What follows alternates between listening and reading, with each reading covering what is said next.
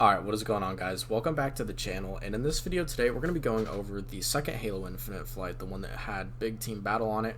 I'm going to be giving my thoughts, some things that I would personally like to see tweaked or changed a little bit, but overall I would like to say that this flight has been a very fun and enjoyable experience. And big props to 343 for having the flight be so polished and running so smooth.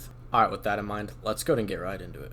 So Big Team Battle was a lot of fun, and honestly it was definitely the highlight of Halo Infinite so far. The Sandbox is honestly amazing, and I've had so much fun playing around with all the different weapons and the vehicles, and let me just say the vehicles all feel amazing. I don't think I have a single issue with any of the current vehicles that are in the game. Only thing I could probably wish is that the vehicles were a little bit more powerful, just to kind of compensate for the fact that all of the power, there's so many power weapons in the field.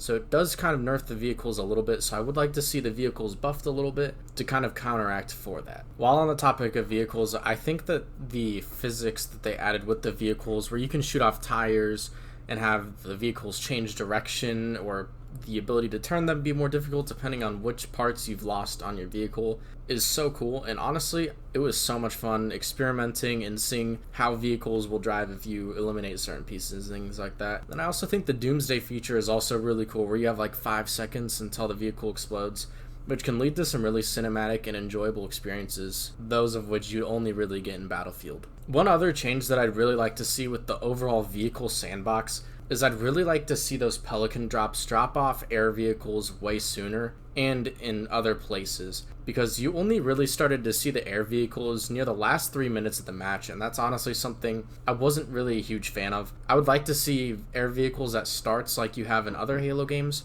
and maybe space them out throughout the match instead of leaving all the really fun stuff like the Scorpion tank and air vehicles near the end of the match where it's starting to get into chaos.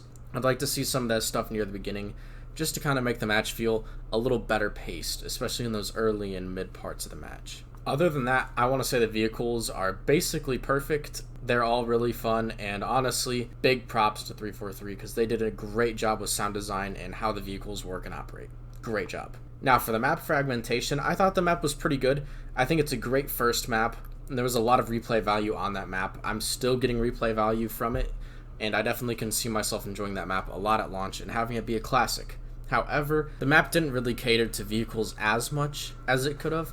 That big mega structure in the middle of the map really kind of separates the vehicles into 2 lanes, which does kind of limit and affect the vehicle's ability to really be powerful, which could also be a way to inherently buff vehicles. That's not maybe an issue for this map in particular, but if all the big team battle maps are going to be like this, we may run into issues where vehicles are really starting to become a hindrance to being successful.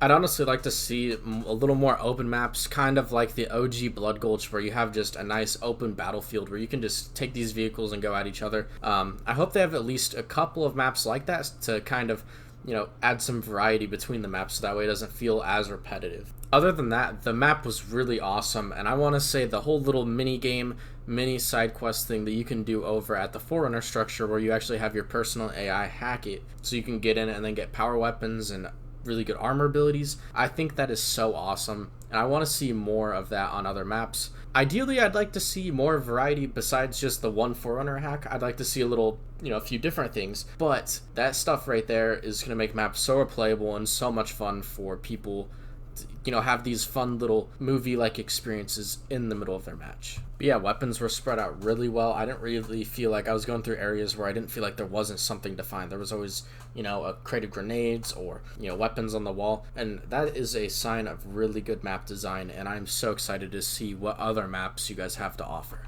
And on a quick side note, the game modes were also super awesome. Total Control was a nice highlight where you have to control 3 zones to get a point, and then, it can repeat on like that, and then you get to, I think it's first to 3 wins. Really fun game mode, and I was really excited to see that because that is a staple for me, and that is a game mode I'm going to love to play at launch. And let's go and talk about Gunplay real quick. It's awesome. It's amazing.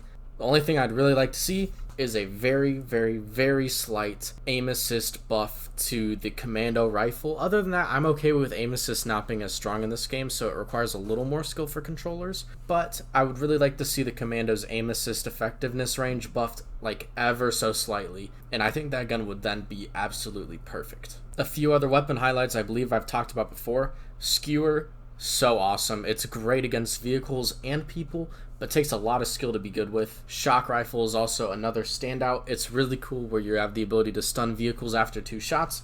Does take a lot of skill to use. Very unique gun. Great for sandbox utility. And then probably the last gun that I'm going to really give a good prop to is the Ravager. That gun is awesome with the select fire mode. I do think that the area of effect should probably be a little bit stronger. It does feel a little bit weak. But other than that, honestly, all these guns were really fun, and I had a blast using all of them. I will say, in terms of performance on my PC, it did get a lot better once I had installed the correct shaders, but there was still a lot left to be desired, but I'm fairly certain that it'll get better by the time the game does launch. But other than that, I can't really say I'm too disappointed with how it performed, especially since it performed significantly better than it did last time due to the shader improvement. But yeah, that's all I've got for this video, guys. If you did enjoy, make sure you slap a like, make sure you do subscribe, and in the comments, did you play the Halo Infinite flight? And if you did, what did you think about all this stuff? Is there anything that I missed and should have touched on? Is there things that I didn't touch on enough? Let me know in the comments section down below. Let's get a conversation going. I will reply to all your comments. With all that in mind, stay hydrated. We'll see you in the next video. Peace out, boys.